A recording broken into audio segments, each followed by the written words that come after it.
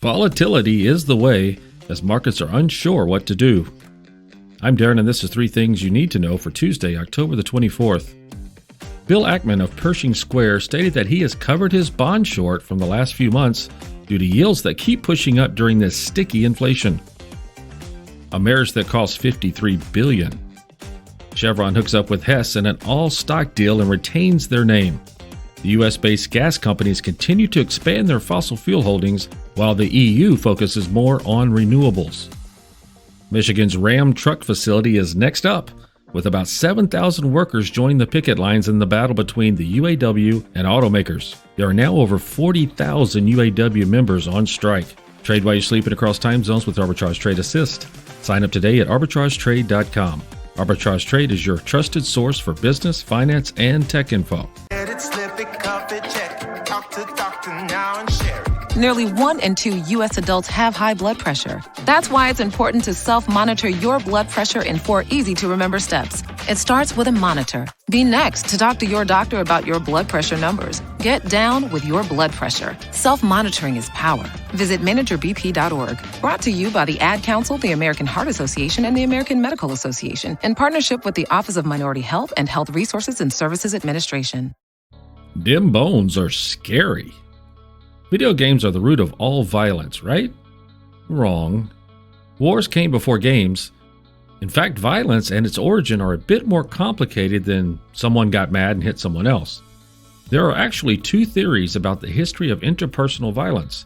One is that violence erupted as humans transitioned from hunter-gathering communities to settled communities.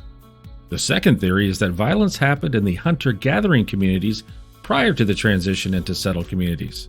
However, according to a new study on the remains of over 3,500 people who died in the Middle East around 12,000 years ago up to 400 BC, neither of those theories are the case. The researchers specifically looked at the weapon-related wounds and trauma to the top of the head, since they are unlikely to be caused by falls, and were able to determine that the human conflict appears to have peaked somewhere between 4,500 BC to 3,000 BC before a significant decline around 3,300 BC to 1,500 BC. Get your calendars out.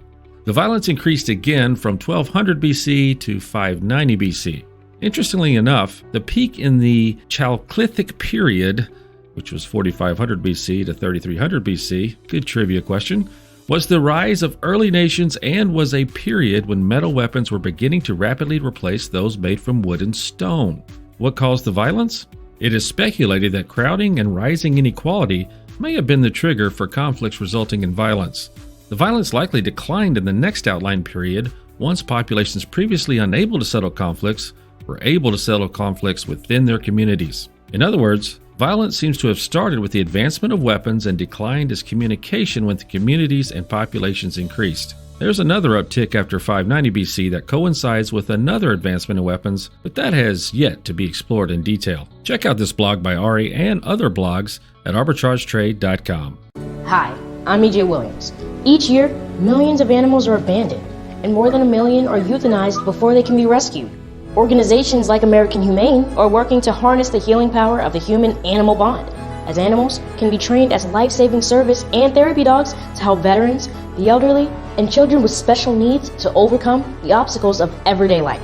To find out how you can help give animals and the people they help a new leash on life, please visit AmericanHumane.org. The pick of the day. Arbitrage algorithms have signaled a possible future uptrend for Vanguard Total International Bond ETF. That's a mouthful. It's otherwise known as BNDX. Remember, these picks can be longer plays or an in-and-out quick play. ETFs tend to move slower up and down. Do your research. In today's volatility, things can change rapidly as well. BNDX tracks the performance of a U.S. dollar hedge benchmark index that measures the investment return of investment-grade bonds issued outside of the U.S. 52-week high of $49.52 and a 52-week low of $46.22. We are not financial advisors. Arbitrage Trade Analytics LLC is a privately held research company. Arbitrage Trade Analytics LLC is solely responsible for the preparation and distribution of the contents of this podcast. The opinions offered in this podcast are for informational purposes only and are not intended to function as investment advice.